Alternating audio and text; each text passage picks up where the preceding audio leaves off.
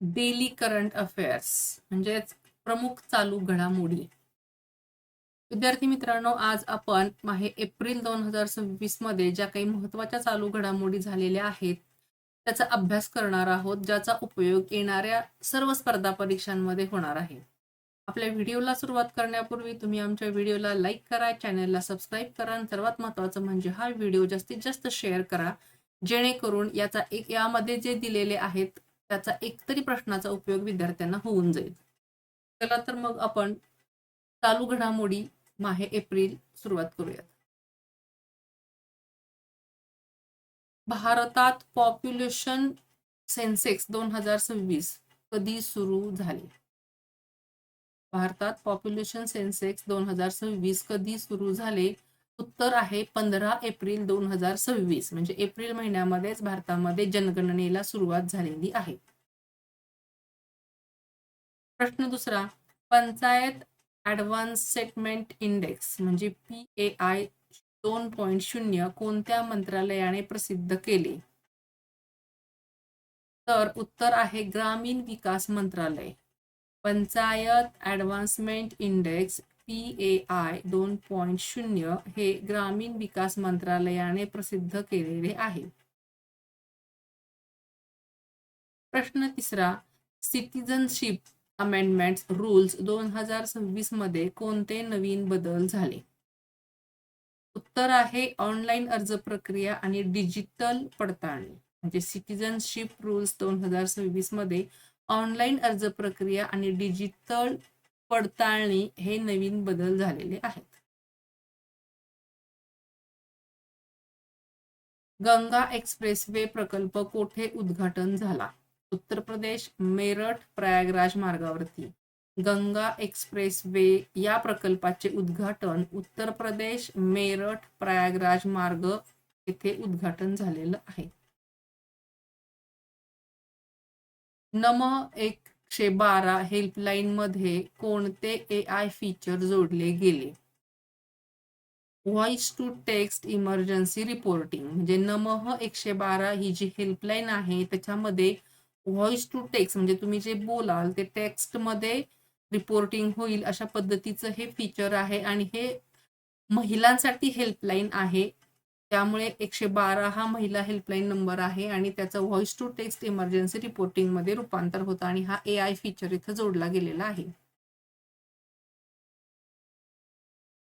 आंबेडकर जयंती 2026 कोणत्या दिवशी साजरी झाली? तर उत्तर आहे 14 एप्रिल 2026 रोजी आंबेडकर जयंती साजरी झाली. वर्ल्ड हेरिटेज डे 2026 कधी साजरा झाला? 18 एप्रिल 2026 ला वर्ल्ड हेरिटेज डे 2026 साजरा झालेला आहे. अर्थ डे 2026 ची थीम काय होती? इन्व्हेस्ट इन अवर प्लॅनेट ही अर्थ डे 2026 ची थीम होती. SAIL चे चीफ व्हिजिलन्स ऑफिसर कोण नियुक्त झाले? RK शर्मा हे SAIL म्हणजे सेलचे चीफ व्हिजिलन्स ऑफिसर नियुक्त झालेले आहेत.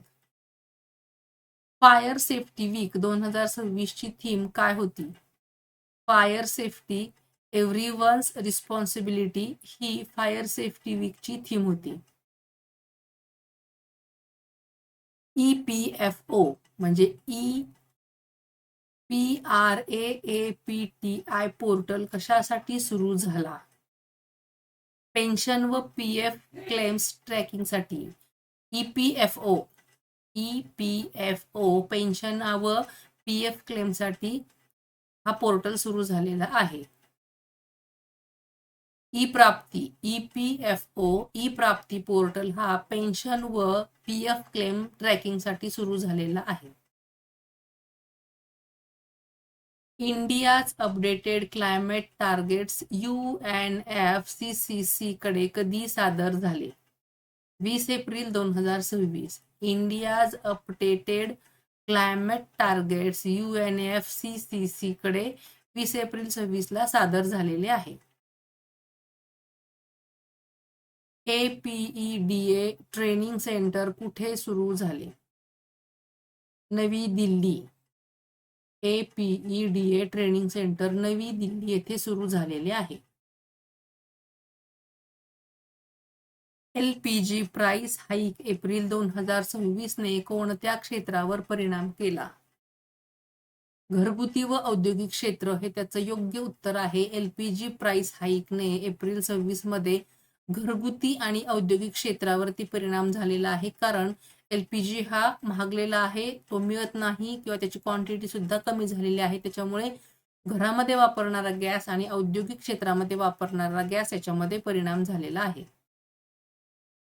इंडिया EU ट्रेड डील टॉक्समध्ये कोणते मुद्दे चर्चिले गेले? कृषी, डिजिटल व्यापार, पर्यावरणीय मानके. इंडिया EU ट्रेड डील टॉक्समध्ये कृषी, डिजिटल व्यापार, पर्यावरणीय मानके हे मुद्दे चर्चिले गेलेले आहेत. हीटवेव्ह अलर्ट्स एप्रिल 2026 कोणत्या संस्थेने जारी केले? तर IMD म्हणजे इंडियन मेट्रोलॉजिकल डिपार्टमेंट IMD ने हीटवेव्ह अलर्ट्स एप्रिल 2026 हे जारी केलेले आहे. Mangrove diversion Mumbai coastal road प्रोजेक्टने कोणत्या समुदायावर परिणाम केला? कोळी मासेमार समुदाय. याने mangrove diversion Mumbai coastal road project या कोळी मासेमार समुदायावर परिणाम केलेला आहे. HPV व्हॅक्सिनेशन कॅम्पेनिंग कुठे सुरू झाला? महाराष्ट्रामध्ये. HPV व्हॅक्सिनेशन कॅम्पेनिंग महाराष्ट्रात सुरू झाला. CAR-T थेरपी ॲडव्हान्सेस कोणत्या कॅन्सरवर लक्ष केंद्रित करतात? तर blood cancer, leukaemia. CAR-T therapy advances ह्या ब्लड कॅन्सर किंवा ल्युकेमिया याच्यावरती लक्ष केंद्रित करतात. पीकॉक टॅरंटुला कॉन्व्हर्सेशन कोणत्या राज्यात चर्चेत आला? आंध्र प्रदेशामध्ये. पीकॉक टॅरंटुला कॉन्व्हर्सेशन हे आंध्र प्रदेश या राज्यामध्ये चर्चेत आलेलं आहे. तर विद्यार्थी मित्रांनो, आपण आताच एप्रिल 2026 मधील चालू घडामोडींच्या वरती माहिती घेतली, त्याच्यावरती प्रकाश टाकलेला आहे आणि हेच सर्व प्रश्न तुम्हाला तुमच्या परीक्षेसाठी उपयोगी आहेत. तुम्ही हा व्हिडिओ शेवटपर्यंत पाहिलात त्याबद्दल धन्यवाद. हा व्हिडिओ तुमच्या मित्रमैत्रिणी आणि नातेवाईक यांच्यामध्ये जास्तीत जास्त प्रमाणामध्ये शेअर करा. Thank you for watching and subscribe.